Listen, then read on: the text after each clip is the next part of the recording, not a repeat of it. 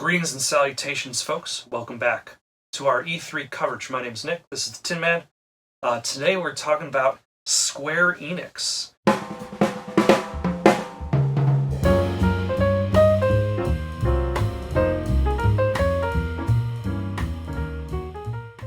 And Square Enix really came out swinging. They started off their conference with their Final Fantasy VII remake footage. I thought it was a myth. I didn't think it was ever coming out. They've been talking about it for like a decade. It's been rumored for ages, and we finally saw the proof of the pudding. And not just the proof. Like, we had a very, very large demonstration with. We had some awkward banter between a Japanese developer and an American, who may or may not have been communicating with each other. It may have just been a pre-scripted conversation. But they got the point across. Yeah, I was impressed. I think the combat system looks amazing. I think the characters look beautiful. At some point, somebody said, "All right, everyone, let's mosey." I hope they've updated the dialogue in the game to match, but it does seem that way. This was the year of Final Fantasy. Like, if ever there was a year, and in previous years, none of this would have interested me at all. My eyes would have glazed over, even though I love the older Final Fantasies. I love 6, 7, 8, 9, 10. I think I played 11 and 12 too. Definitely played 12 too. But I lost interest somewhere, and I think I'm very interested to play 7 and 8 again. Which they also announced. So. They also announced the 8 remaster. Yeah. I don't really know if I really want to play 8 in its original form. Like, did you play it when you were a kid? I played it when I was a kid. I only got to the end of disc 2, I think. Okay. See, I love 8. I found the story, it got kind of silly. What is your favorite Final Fantasy game? Have I finished more than 2 Final Fantasy games? I've only finished Final Fantasy 4 and 7. Okay. So that kind of limits things. I haven't actually finished 10 yet. 10's awesome, dude. And 10-2 is amazing, too. I'm a sucker for that costume change stuff, though. But yeah, like, how are they able to change costumes so quickly? I try to do that. I try to do that at Comic-Cons. It doesn't work. Oh, I pull it off. That's like the other main reason. Like, my cosplay people are super hyped about Final Fantasy games because it kind of makes them relevant again, and they haven't been in 20 years. So, I mean, I played Final Fantasy VII on the computer back in the day. Although here's the thing with Final Fantasy VII and Final Fantasy VIII. With Final Fantasy VII now being real-time, I'm going to stop saying Final Fantasy VII. I'm just going to say 7. Sure. With 7 being real-time, like, the act of running around and fighting bad guys, it doesn't become...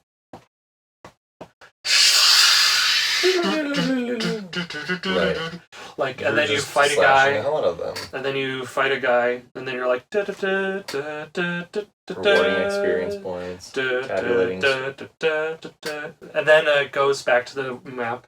You take 2 more steps. It's the Kingdom Hearts battle system, which is fun and more like spontaneous. Like going back to Final Fantasy VIII's remaster is you're going back to that old style. Right. You're going to that old style dialogue where people are saying things like, "How will we get out of this prison? Right. They took all of our weapons. Wait a second, my weapons are my fists."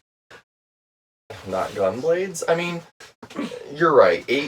8 will be a challenge, but 7 is a must. The only irksome thing about 7 is that they're releasing things episodically for some reason. Like, that sucks to me. I think that's that's the only thing that's unclear in regards to their presentation, is where does the episode cut off? They said it cuts off at the exit of Midgard.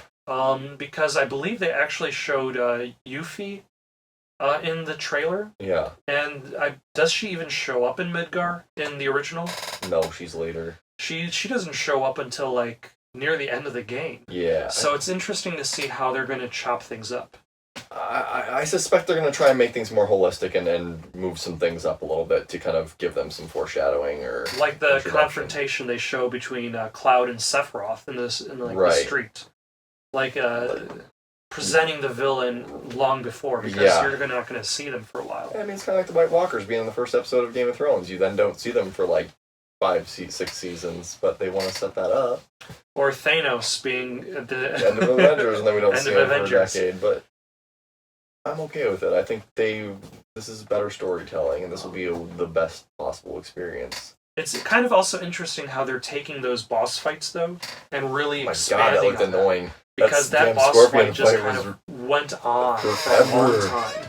That was also annoying. Like with multiple phases. Right. Like the original boss fight is just hit him with lightning, do some damage, heal your guys, and then keep that may have been for the sake of demonstration, though. I think if you know what you're doing, you can dust that guy in no time. But he's also a major early But it does seem boss, like there's a lot of phases to it. Like there's the parts where he's the force field, he's on the ground. There's the parts where he's jumped up onto the wall and he's like firing missiles at you, and then you've got to switch to Barrett. Suffice to say, I'm happy to see that this game actually exists, looks amazing, and will be fun to play. And it's only it's not that far away. So, March 3rd. March 2020. Less than a year away. It'll be a dangerous, dangerous time for video games. Yeah.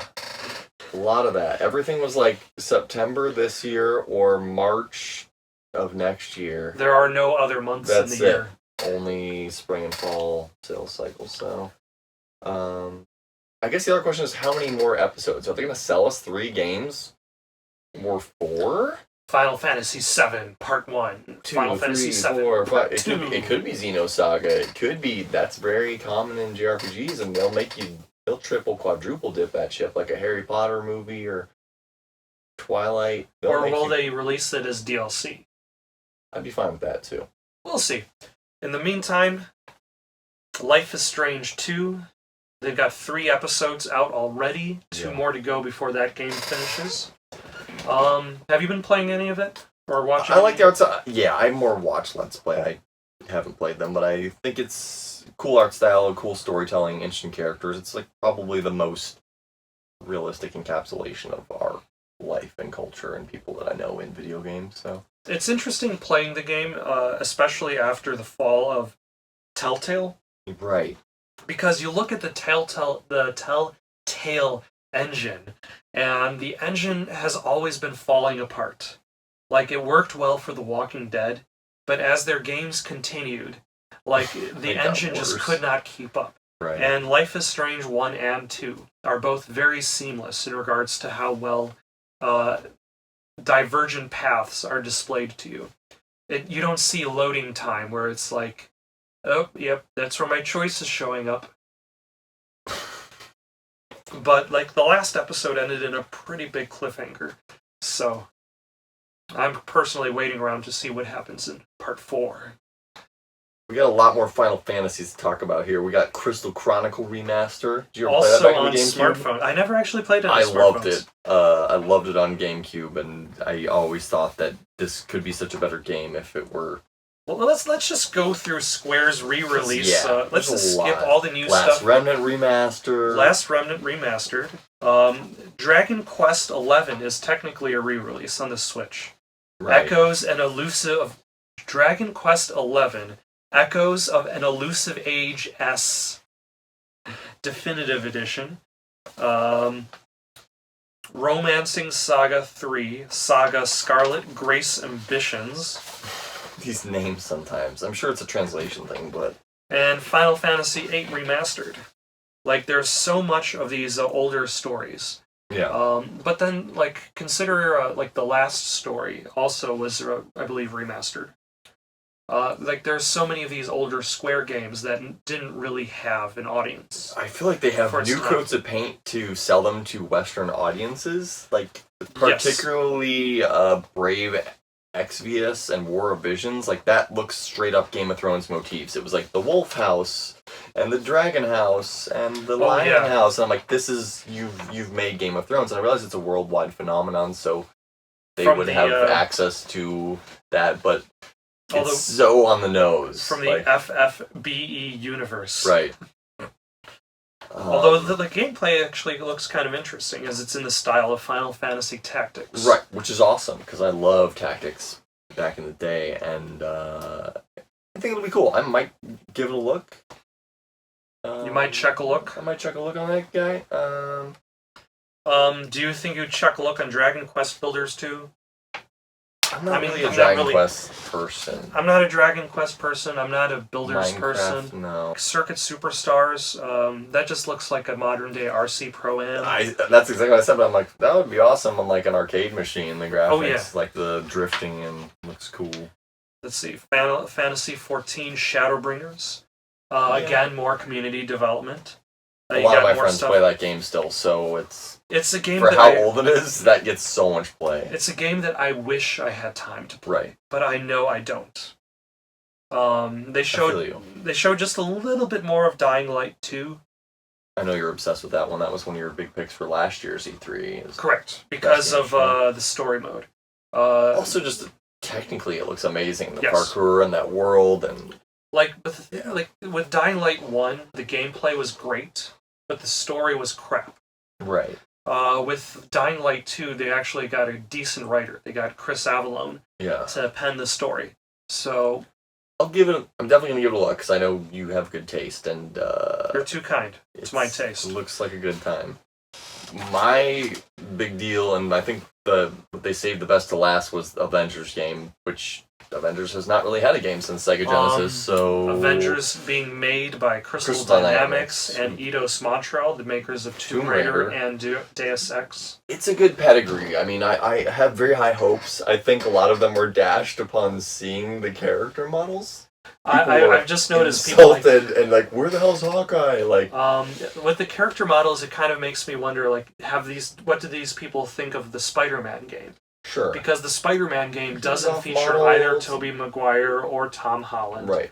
People were not pissed about that. They accepted it. But I think Avengers, like, they are synonymous with their actors at this point. So any slight deviation just feels like great value brand Avengers. That said, where is Hawkeye? He's probably in the DLC. They did mention that Ant-Man will be the first DLC, but it's not even like Scott Lang. No, it's Hank Pym, and he's like, people hate Hank Pym in the comics because he's a terrible person, but I think it'll be fun. I think 4-person like co-op Avengers, yeah. Not to mention with their voice cast. Really good voice cast. You got your Troy Baker, Nolan North, and Laura Bailey. Like, that is the royalty of video game voice acting. So what's kind of interesting though is Laura Bailey and I believe Travis Willingham. They both play Thor and Black Widow in the Avengers Assemble cartoon. Right. And Troy Baker, he plays as Hawkeye in Avengers Assemble.